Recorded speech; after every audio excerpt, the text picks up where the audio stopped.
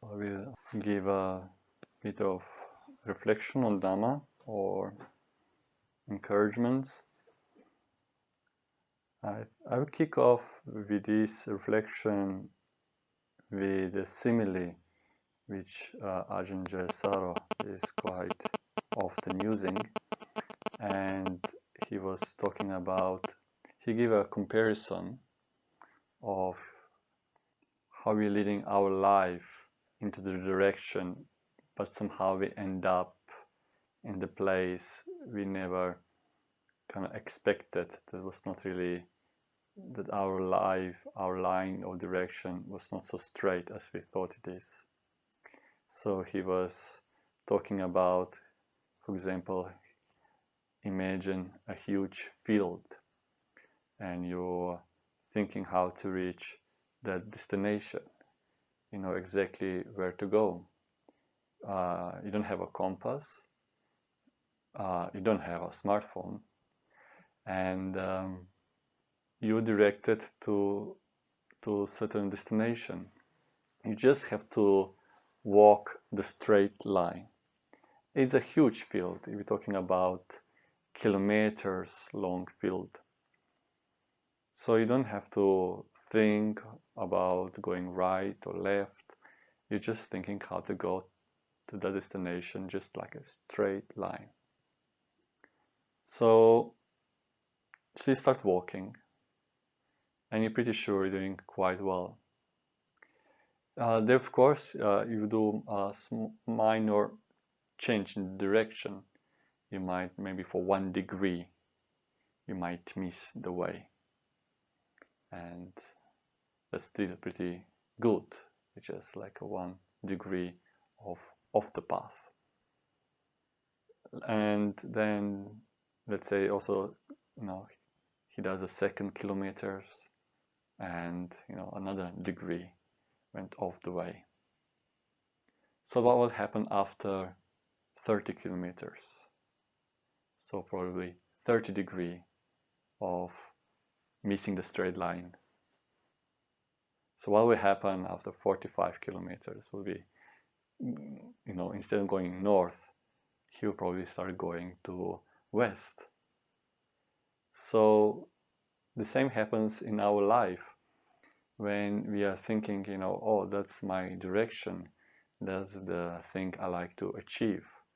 We can have very, this is the way of happiness, that's going to bring me satisfaction, and it will make me happy.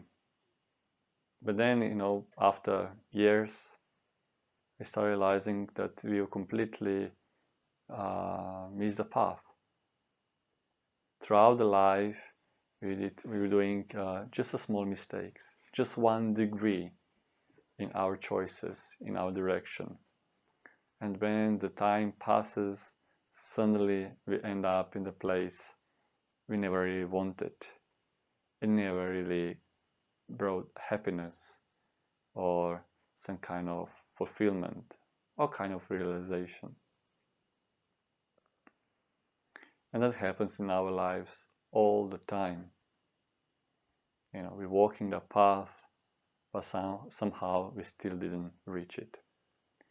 The same happens when we practice Dhamma. The destination is very clear. Buddha keeps guiding us. But somehow we're still walking and walking and walking, not realizing that sometimes probably walking just in the circle. Because why?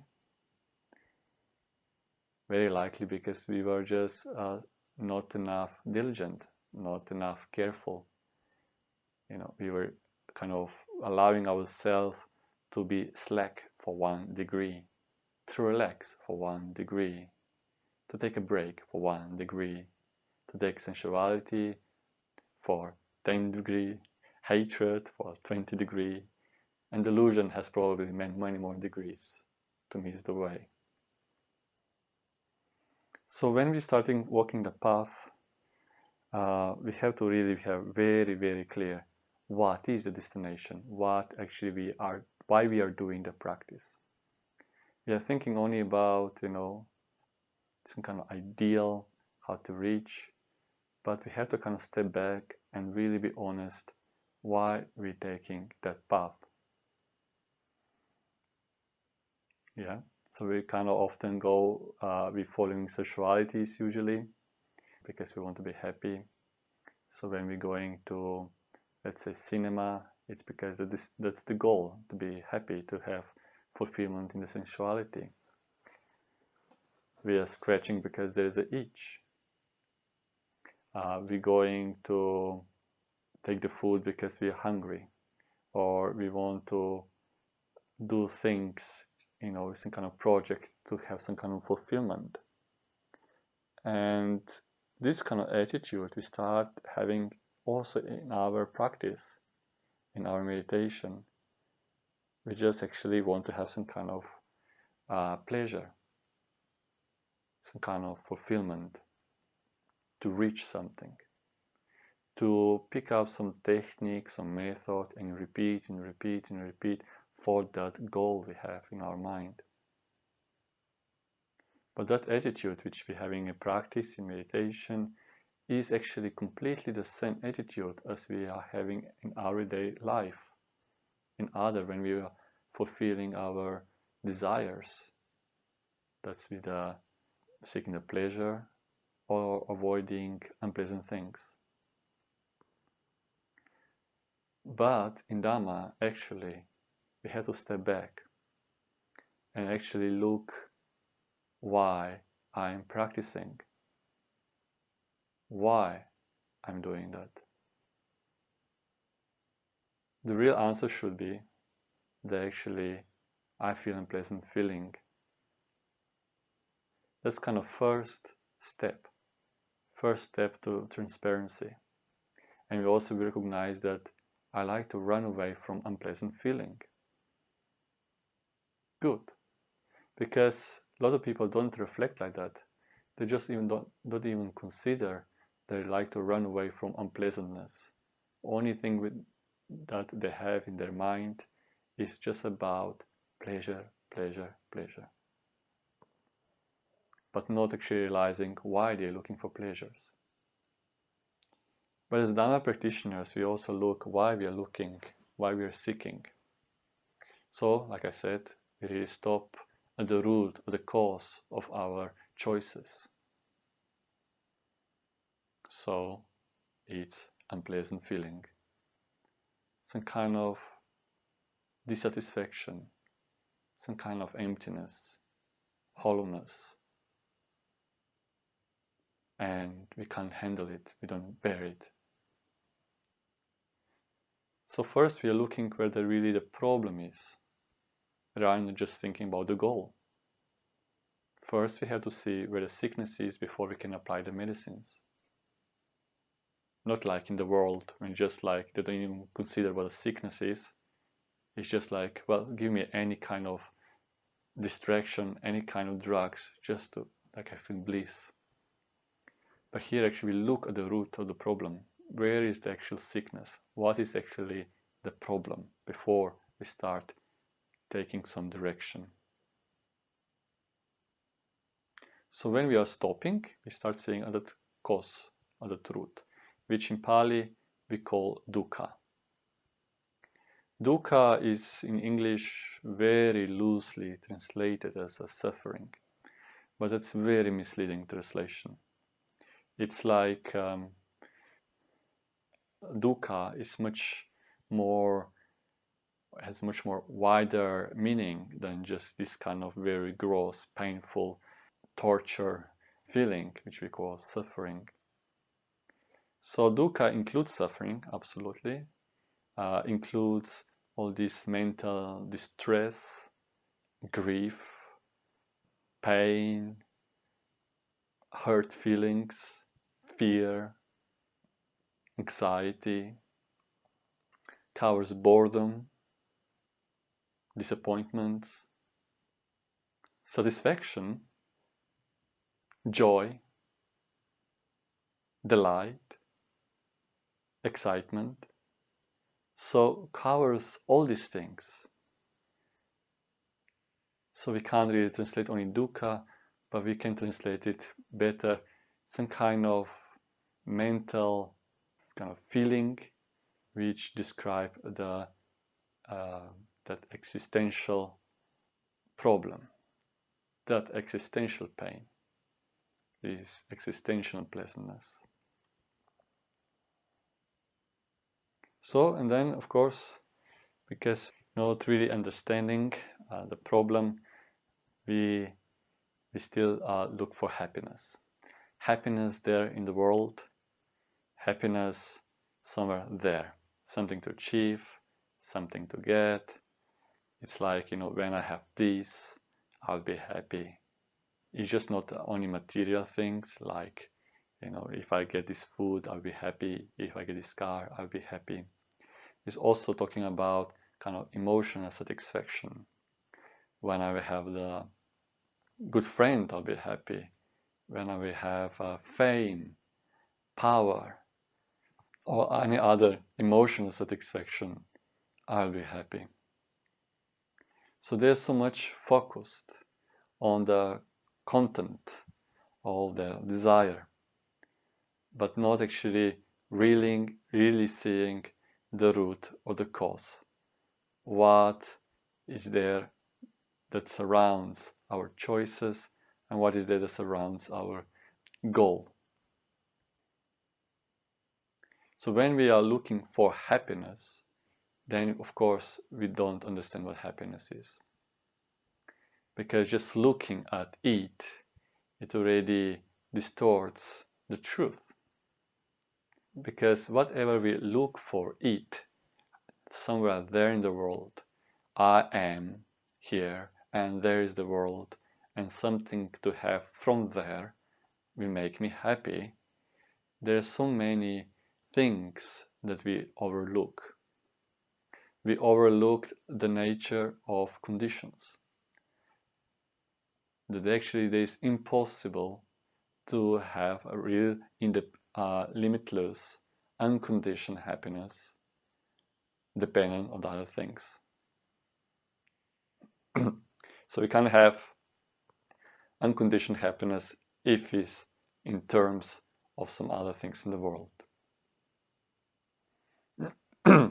So just wanting happiness and seeking for it somewhere, it's already missing the path. We're already off the path.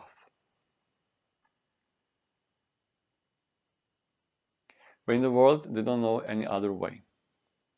They don't know how to get out from the problem. Keeping the mind that actually they don't even know what the problem is.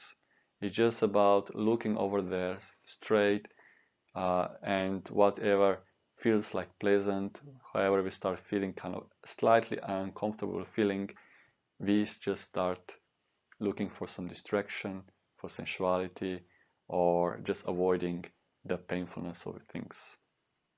There is no time for stepping back. We are absorbed into the world more and more.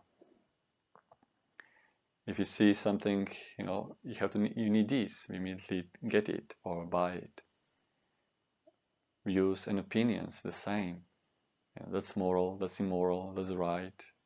We also get absorbed in that and getting upset if something is not according to our wishes. And this is how is also the nature of addiction. Addiction because we were following that the same pattern for seeking some satisfaction, some kind of running away. But there's enough satisfaction in the world that will kind of cover a little bit of painfulness. But it doesn't resolve the problem. Because while there's a little bit of satisfaction of our desires, it actually unlocks even more problems. Sometimes I would call it patching the tomato. There's tomato which is cut and you start patching with a needle and a thread. More patching, worse it gets. So the same is like seeking for the happiness. It's really like a patching the tomato. So that becomes like an addiction because they become normal and habitual. It just becomes normal pattern. So much normal that we don't even consider that actually we are just kind of absorbed into our own ways. Some people having gross desires, goes more and more, and they follow the same pattern. But then eventually they tried everything, all kinds of sensualities, all kinds of distractions, and then eventually they had so much that they become tired. And that's called depression.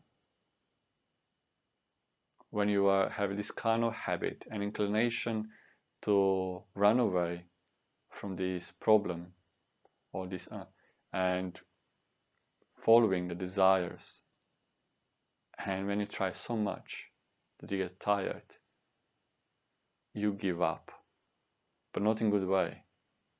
There's a deep suffering because you don't even want to do anything anymore. So that's really fall into the abyss when the heart doesn't want to move, when it just allows to fall down.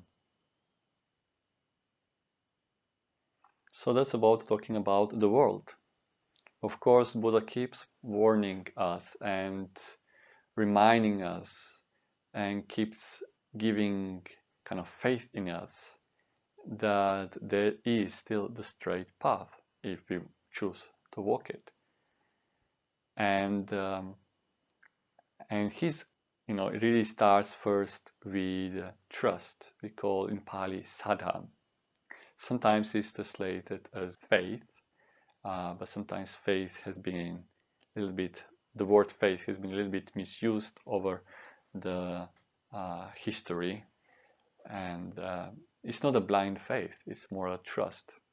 So trust that this is the right path, this is the right direction, that those are the right instructions, and we go along with it.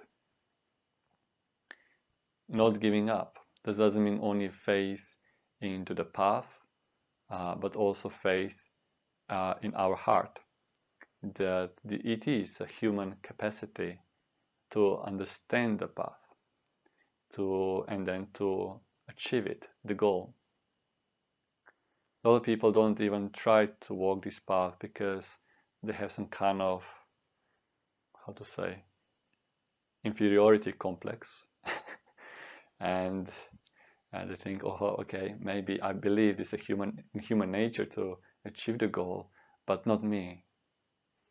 But that's actually just delusions talking, or let's say maybe laziness talking, because it's much easier. It feels easier. Delusion tells you it is much easier just to relax and not doing anything about it, but not realizing that actually not doing anything is just going to hurt you even more. So when you start realizing that actually that your actions are just hurting you, that's just enough to start, enough to have faith. So you have a faith understanding that your actions are just going to the wrong direction. You will have a faith to change. So how to change? What to do? Well, first thing is the Buddha did say started very basic instruction. We have to go against that stream of the habit of the world and the habit of which we were developing all along. Like I said, we were developing, we have a thing in front of us and we want to have it, or we had a thing in front of us and we want to reject it. And so we were following all along that kind of way, just me in the world and my emotional concern and my feelings, my needs, my pain, my problems. Now the Buddha said we have to go against the stream of that habitual thinking. And so how that will be? It will be in the way that we stepping back. This means we are doing things for others without expecting anything in return. Because for so long we were just doing things to be either paid or being praised or being recognized or to be famous, powerful. So we were doing all our life doing things to get something in return. But like I said, that's a problem because we're just being so much fixated in the content of things. So now we're changing that. We turn that around. And now we are helping, now we are doing without expecting anything in return. Because we're not doing that anymore for us or making others happy, but just we're doing because that's the nature of the mind. We want to be free. We want to let go. We want to go against the stream. We want to turn things around or change direction, no matter how you want to call it. We must make a difference. So that kind of, this also means like caring for others. If they need help, we help, no matter they praise us or criticizes us. We are generous. We're practicing charity. All that we're doing, we're not expecting anything in return. So people, they were all kind of following the desires and just for the satisfaction, just for their own heart, want to have things. Or for example, we maybe take some food. This kind of offer food for the here in the monastery, and there are things they're offered. And there, let's say there are 3 people in the community, and there are 3 pieces of, let's say, bread, and somebody prefers to take 2 pieces of bread because I'm hungry, not really being concerned for the last person, for the third one. So how would you feel when remembering back about that kind of attitude? I was like, last week I took 2 pieces of the bread. It doesn't feel good. We maybe did something like that or similar, and maybe even gross things, and basically we won't like even to remember it. We try to suppress it. It's not something nice to remember. But how does it feel when there are, let's say, 4 people in the community, but there are 3 pieces of bread, and the first one to go to pass that plate, and you see you are the first, the 3 behind, and the 3 pieces of bread, and you decided, I will not take it because it will not be enough for other behind me, and you leave it. And then maybe next week you remember that action. How do you feel then? You sacrifice. Maybe you were hungry, but still you let go of that bread. But actually, okay, you sacrifice that immediate satisfaction. But when you're remembering back, there's much more happiness, much more delight. Not because you got something, because you let go of something. And that's, for example, happiness and freedom, which is not conditioned. That's already the first taste of what the Buddha was trying to teach us. Because in the world it's all about happiness, about getting something. But Buddha is trying to teach us, what about happiness which it's more unconditioned.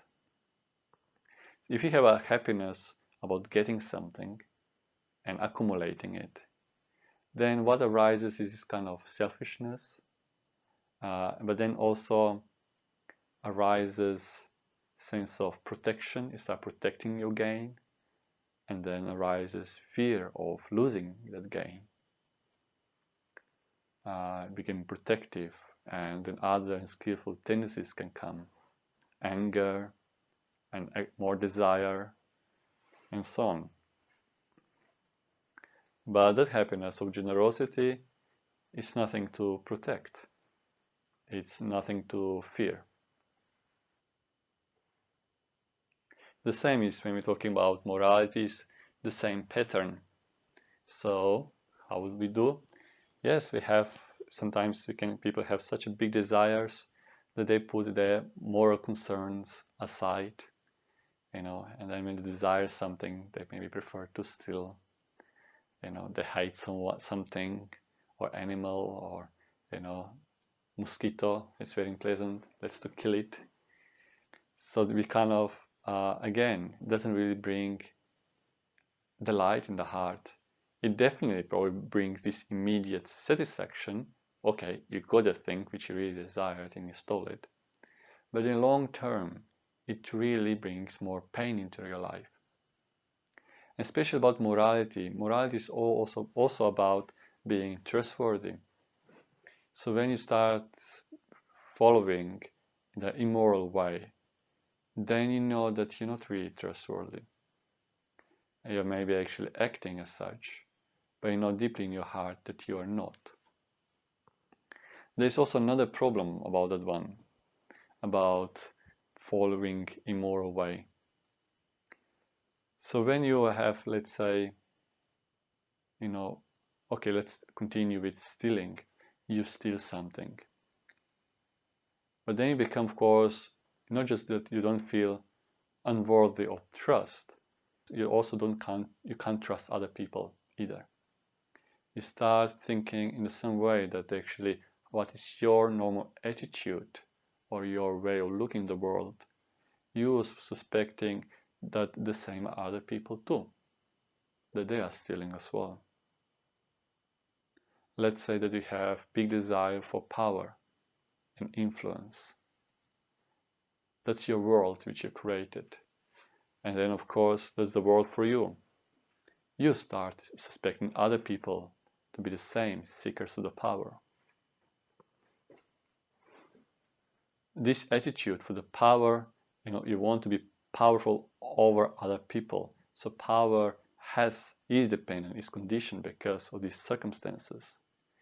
And you want desire to have power if there will be a sense of competition. So then of course you're suspecting that's your assumptions that other people are the same.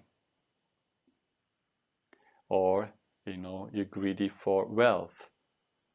When you're greedy for wealth, you're suspecting other people to be greedy of wealth as well. So you may be wealthy, and then you're so much afraid of other people to steal your wealth as well. You start being more protective, more paranoid, and you're completely alone. You can't trust yourself, and you can't trust others. So it's quite a gross example, but things go more also subtler. So our immoral choices, immoral ways of life brings kind of dis-ease in our heart. It's like a sickness. So that's why Buddha kind of encouraged also one of the basic things, one of the first steps is also purifying morality. And that doesn't end there. Things that get this, what I was saying now, yes, that we start getting the first taste of real happiness. And the same direction, but even deeper, is start developing the mind, which is called bhavana. Bhava means being something, but just like a verb of it, so something to be put into the being. And that's through our everyday life. This means with mindfulness, we are careful, we more awake, we know what we are doing. We see ourselves in situation. We're not just absorbed with the content, but we start realizing that this content exists because of some kind of process or background, some kind of wider field, like mind. We start realizing that everything what we give importance to exists because also other things we don't give importance. That everything what is because of other things that determine or condition things. Here I'm not talking in such an abstract way, talking about, this house exists because of building materials like wood and bricks, but I'm talking about the experience. So whatever we experience cannot exist without five main groups. In every experience there is materiality, there is feeling, there is perception, there is determination, and there is consciousness. So nothing exists without these five things. So every experience has these five groups. But these five groups cannot be recognized directly. Nothing of these things is a content. Nothing these things can be separate from other four and analyzed separately. Because these are actually talking, this is the experience.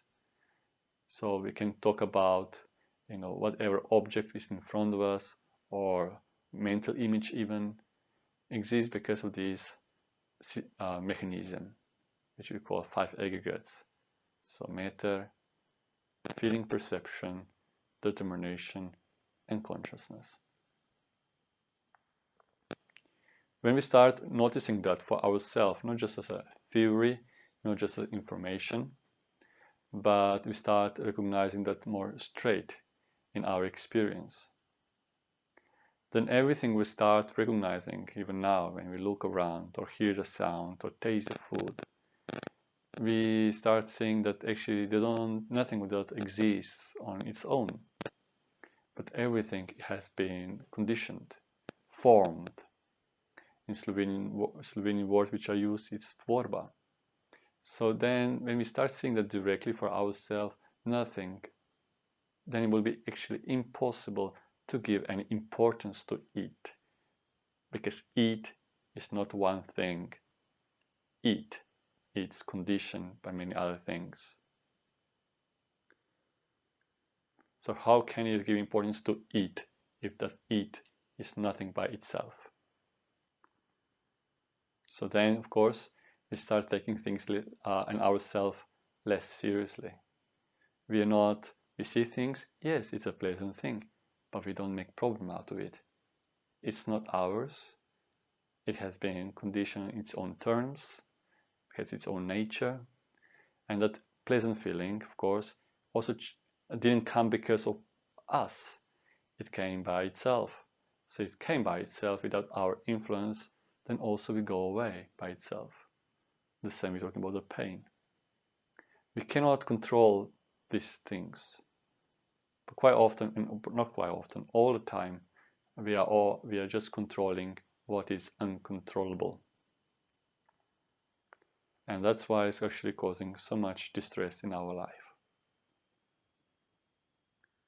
So, to wrap up what I was saying, it's like everything what has been said is just the changing the attitude and direction.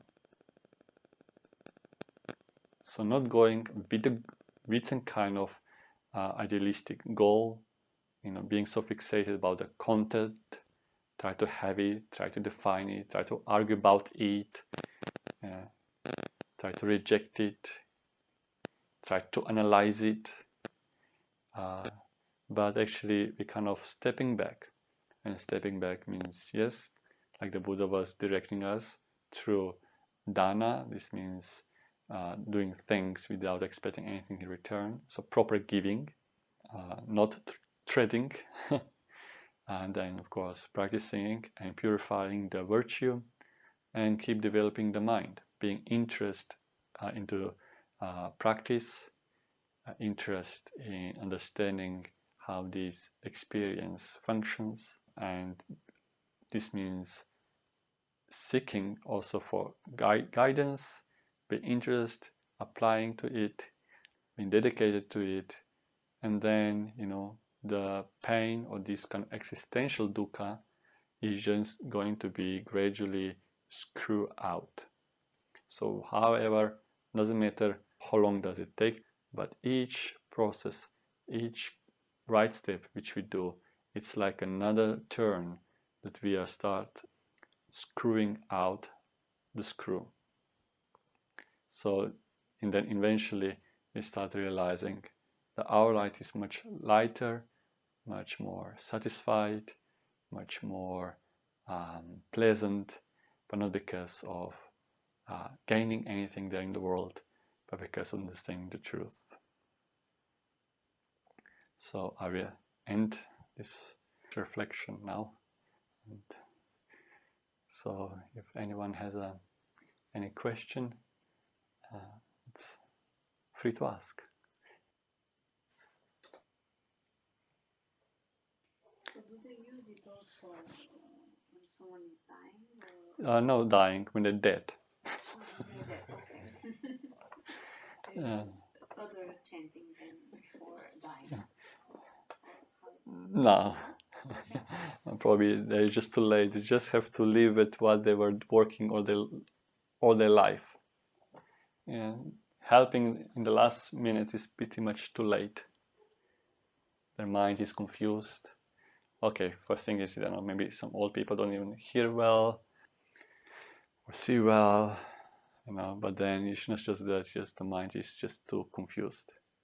So the idea that, oh, I can, okay, here, maybe I will say something, story about a friend who was actually dying, and she was practicing Dharma for a long time, but with some breaks. So few percentage, a few degrees of the path, and she tried to go back, 4 degrees and so on. Yes, but not enough dedicated, not enough wisdom. So she was really holding on to some kind of technique. And she was doing probably even changing the techniques and methods. And when she was dying,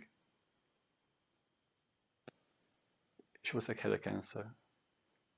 And she really tried to practice, but she couldn't. She was confused. She forgot things. She forgot those things which she tried to hold on, which was also meditation technique. So that's and then she was phoning me and asking for help. But through conversation, I started realizing that in myself, it's too late. Whatever I try to say, with my great effort, it was too much. She couldn't connect even two words together. Not to mention to talk like I was talking now. And she wanted to have I give some her technique. I said to her, you like to take these kind of things to hold on again and to control. So I couldn't. So I just had to teach her nothing about them, like in the sense like of too much teachings, but I had to find a way how to encourage her just to stop controlling, because even the whole technique and all these things were just exactly running away from that pain that she was suffering. But even that was hard for her to remember. So it was something which I usually don't give advice to others, but was exceptional advice. I said to her, well, do you know the song Let It Be? And she said, yes, but can you remember at least that? And she said, yes, I can do that one. So just have in mind that song, from Beatles. And she was laughing and she said, well, I can do at least that. So, okay.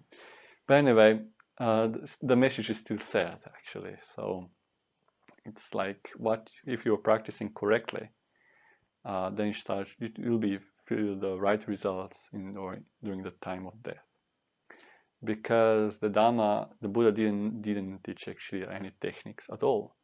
He was actually teaching how to develop wisdom and how to you understand for yourself. But if somebody kind of holds on some kind of technique, some kind of certain repetition and so on, without actually developing, first, not even developing the virtue and generosity, but also not developing wisdom, understanding, then of course after time, yes, maybe your technique was calming you down, but when this time comes, because this technique is still dependent upon conditions, and when there are not convenient conditions for you developing and practicing your techniques, then it's just going to be disaster. So that's why it's not, in our that school of teaching, we don't really, have a suitable 5-star conditions for practicing. Let's say super warm cushions and air conditioning and delighted food. I was kind of just came to mind his story. I was just repeating, just like there was a Vipassana group, and one of the things why it was difficult to cover all the costs is because they also had some fancy food. Not because they were not generous to pay, but just because the organizers were also getting some very special cookies and delightful. So because he thought, people are suffering so much, so get some kind of pleasurable food. But that's not actually the point of the Dharma. It's not about like running away from unpleasantness, but actually to look into it and understand the nature of feeling. Not about, oh, there is an unpleasant feeling, I like to run away from it. But more like, that's unpleasant feeling. What is the feeling? What's the nature of the feeling? But immediately we start saying, oh, my assumption is that this feeling, it's me. Is it really you? Now, what is I? Why you appropriated the feeling, which gets completely its own nature of arising and ceasing, and you have assumption of that it's you. It's you, that feeling is you, and you can control it.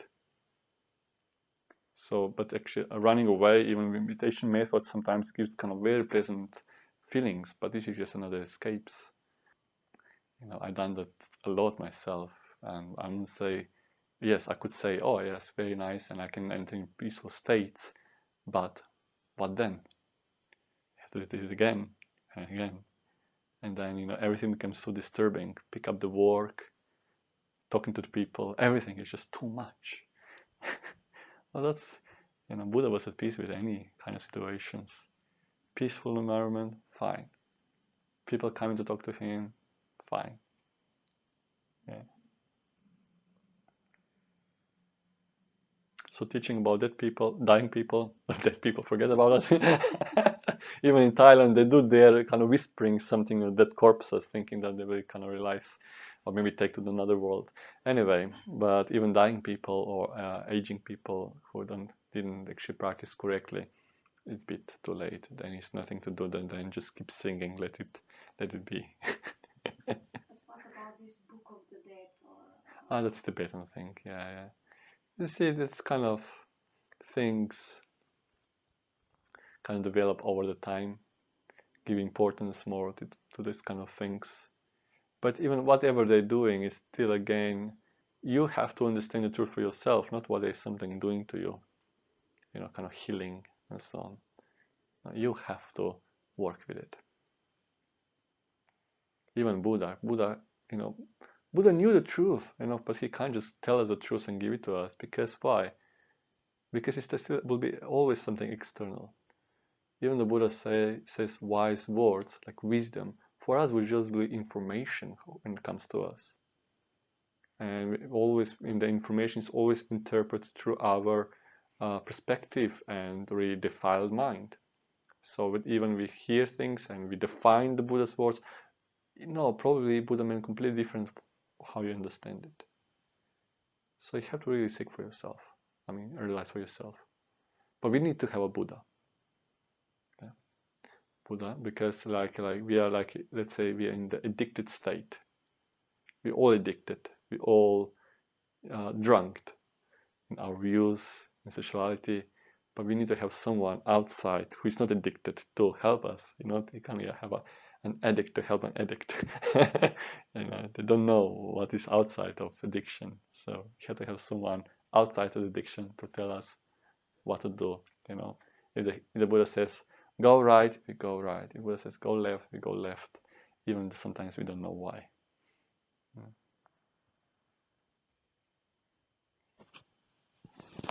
So we can do the closing homage.